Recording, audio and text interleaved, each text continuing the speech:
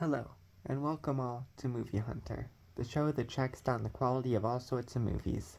My name is Hunter, and today in the 30th episode, our target is the first three Treehouse of Horror episodes of The Simpsons. The longest-running American animated series, The Simpsons, has for every year since 1990 released a special Halloween episode called The Treehouse of Horror. The episodes contain three short stories with a plot tying them together. The stories are considered non-canon and thus are able to exist beyond the bounds of The Simpsons canon and regularity. As for me, I'm not a die-hard Simpsons fan, but I know and have watched enough to get myself around the franchise. Although not my typical episode, I thought it'd be fun to end my October Halloween special by covering the first three of these iconic episodes. I'll lengthen 9 segments at the end, and maybe I'll review the next 3 next Halloween. I won't do what I typically do when talking about shows, because I want to keep this as short as realistically possible, but if I ever talk about The Simpsons in its entirety, then I will. So without further ado, let's get started. Treehouse of Horror 1, Story 1, Bad Dream House. Bad Dream House follows Homer buying a new house for his family that is obviously cursed. The house immediately begins making the walls bleed, talking to the Simpsons, choking out Bart with a telephone wire, making things and Homer float around, and other such things. Marge is desperate to leave, but Homer convinces her to sleep on it, not wanting to lose out on his money. That night, the house talks to Homer, Bart, Lisa, and Maggie, convinces them to try and kill each other, though Marge is able to stop them.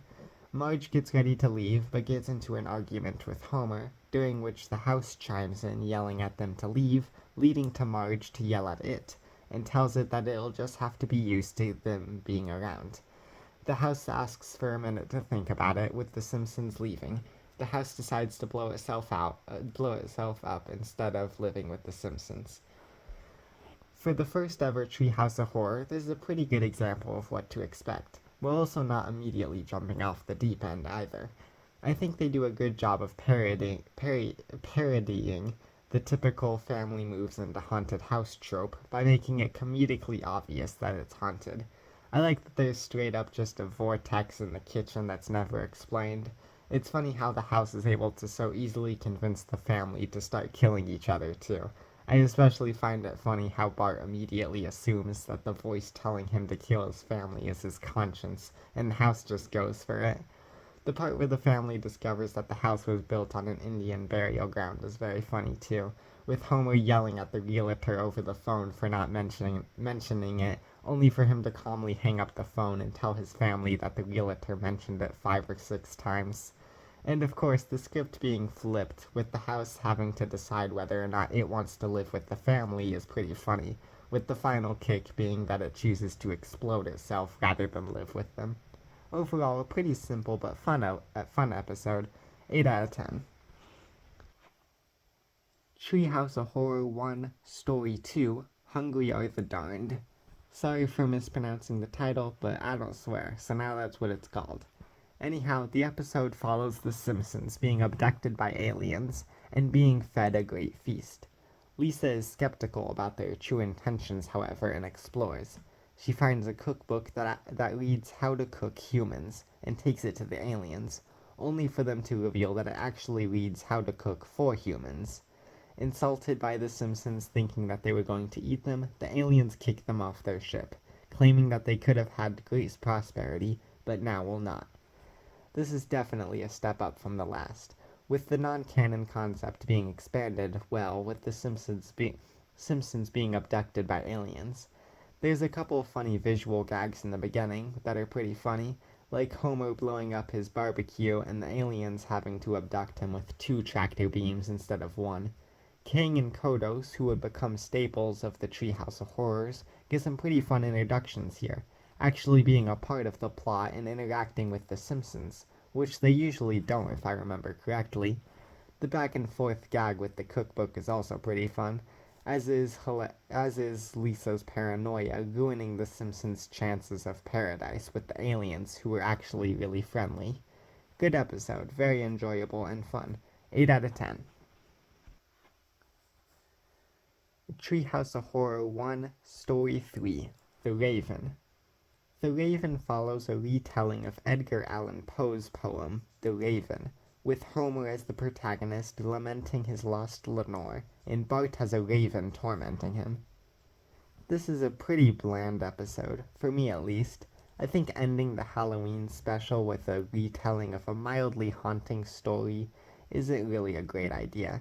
I've never read the original poem, but I feel like if I really wanted to experience the story, I would just read the poem instead of the Simpsons adaptation of it. Definitely stands out, but not in a really good way. Sort of feels like an idea you'd see after they did like 20 of these episodes and were running the well dry. There's some fun to be had with the rhyming scheme, but not much else. In the end, it's hard to complain when it's probably about 7 to 8 minutes long, but still, not gonna rank high. 6 out of 10. Treehouse of Horror 2, Story 1, The Monkey's Paw. This one follows Homer purchasing a monkey paw from a merchant that grants him 4 wishes. Maggie uses the first for a new pacifier, and Bart uses the second wish to make the Simpsons rich and famous. The wish quickly turns sour when everyone gets sick of seeing the Simpsons everywhere, and Lisa uses the third wish for world peace. Everyone burns their weapons and creates unity, but Kang and Kodos take over the world. Fed up, Homer wishes for a simple turkey sandwich and gives the monkey paw to Flanders, hoping bad things will happen to him, but he fixes everything. This is definitely the best of the bunch so far. The monkey paw is a concept that's not so far out there, but just enough so that it don't feel like a regular episode. The wishes are all used in really interesting ways, with each of them going awry, with the exception of Maggie's. Bart's wish for The Simpsons to become popular, but then people being annoyed with them, was not only funny, but also potentially a commentary and or prediction of The Simpsons show itself. I like how Homer calls Lisa selfish for wishing for world peace because she took the wish behind his back. And of course Homer's wish for a turkey sandwich, but losing it after the turkey is kind of dry is hilarious. The ending is also great, with Kang and Kodos taking over, only for Flanders to get the monkey paw and make everything perfect. 9 out of 10. Treehouse of Horror 2, Story 2, The Bart Zone. The Bart Zone follows Bart being able to read people's mind and essentially controls reality. Because of this, no one denies him anything, and he rules the town of Springfield with an iron fist. Upon turning Homer into a jack-in-the-box, a therapist recommends that Homer spends more time with Bart. The two bond, and the segment ends with Bart turning Homer back to normal. Overall, a pretty simple one. Bart being an omnipotent being that rules Springfield is a bit of an out-there concept, but leads to some funny gags, like Otto letting him drive the school bus, or history being rewritten to fit Bart's test answers. Bart and Homer bonding is pretty simple and is mostly funny because of how normally it treats Homer and Bart's relationship. Not great, but entertaining nonetheless. 7 out of 10. Treehouse of Horror 2, Story 3, If I Only Had a Brain. This one follows Mr. Burns firing Homer for sleeping at the job, and Homer becoming a gravedigger. Hoping to create the model employee, Mr. Burns creates a robot that will accomplish just that, but needs a brain to run it. Accidentally mistaking a sleeping Homer for a corpse, Mr. Burns and Smithers take his brain. Homer, now a robot, is still just as lazy, making Mr. Burns stop the project, but is crushed by the robot. Smithers puts Homer back together and attaches Mr. Burns' head to him as well. I don't especially care for this one. Not necessarily bad, but the main joke is over with pretty quick. It's just Homer is a lazy employee, his brain is put into a robot, but despite it, he's still lazy. I did like the parts where Smithers' morals clash with Mr. Burns' lack of any at all, such as when they are dragging Homer out of the graveyard in a bag, and Smithers starts to worry that he's alive, and so Mr. Burns simply whacks him with a shovel and says "there," as if he's just solved Smithers' problem. I also don't care for the ending joke too much, with Mr. Burns' head being attached to Homer's body. Overall, not a terrible one, but a fairly middle-of-the-road one. 7 out of 10. Treehouse of Horror 3, Story 1, Clown Without Pity. Clown Without Pity follows Homer hastily purchasing Bart a cursed toy of Krusty the Clown after forgetting his birthday. The doll quickly tries to kill Homer, but upon hiring a professional, the doll's switch is flipped from evil to good. The doll becomes Homer's servant and the episode ends. Overall, a pretty straightforward one, but really fun in its simplicity. I do wish the doll being evil lasted longer, as I found it much more funny than when he was just Homer's servant, which I didn't find nearly as creative. Nonetheless, the episode really benefited from a simple concept that through which the story could tell funny jokes. 8 out of 10. Treehouse of Horror 3, Story 2, King Homer. King Homer follows Marge, joining Mr. Burns and his crew on a boat to Ape Island, there in which resides the King Kong-like Homer. Mr. Burns takes the creature to Broadway to earn money, but Homer escapes and kidnaps Marge. The episode ends with Marge marrying Homer. I don't really see the appeal of this one. Homer being King Kong doesn't really change much, other than that he's huge and can't speak outside of grunts. Marge marrying Homer was a very strange ending too. The whole King Kong parody really wasn't used creatively or panned out all too well, if you ask me. There are still a couple funny jokes, but not enough to give me a desire to revisit it, and it's still too short to be called boring, but still. 5 out of 10. Treehouse of Horror 3, Story 3, Dial Z for Zombies. This episode follows Bart using a preschool book as the subject of his book report, but being told he needs to redo it. After finding an evil book in the school's library, he uses it to raise the dead.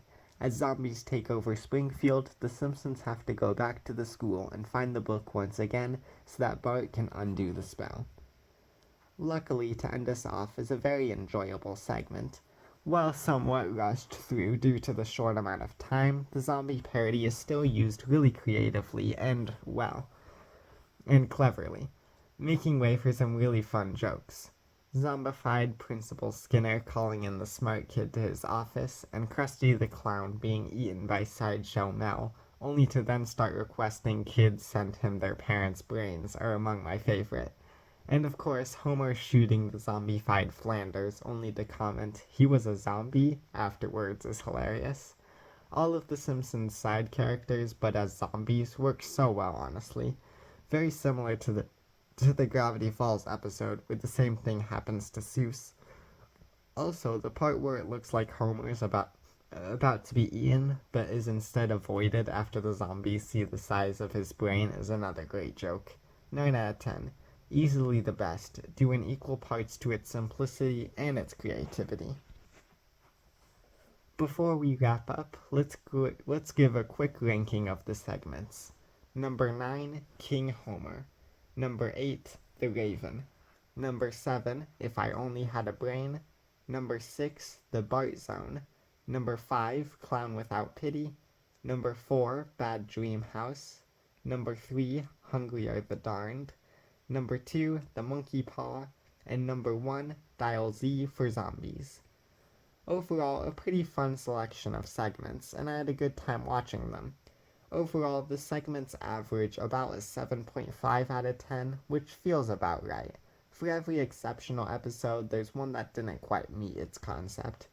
These aren't the pinnacle of what The Simpsons has to offer, but nonetheless a Halloween event that's definitely worth it for the laughs, even if they aren't all winners. I'm excited to review the next 3 next year, hopefully. Well, that's all, folks. I hope you enjoyed, and feel free to share any opinions you had on the segments.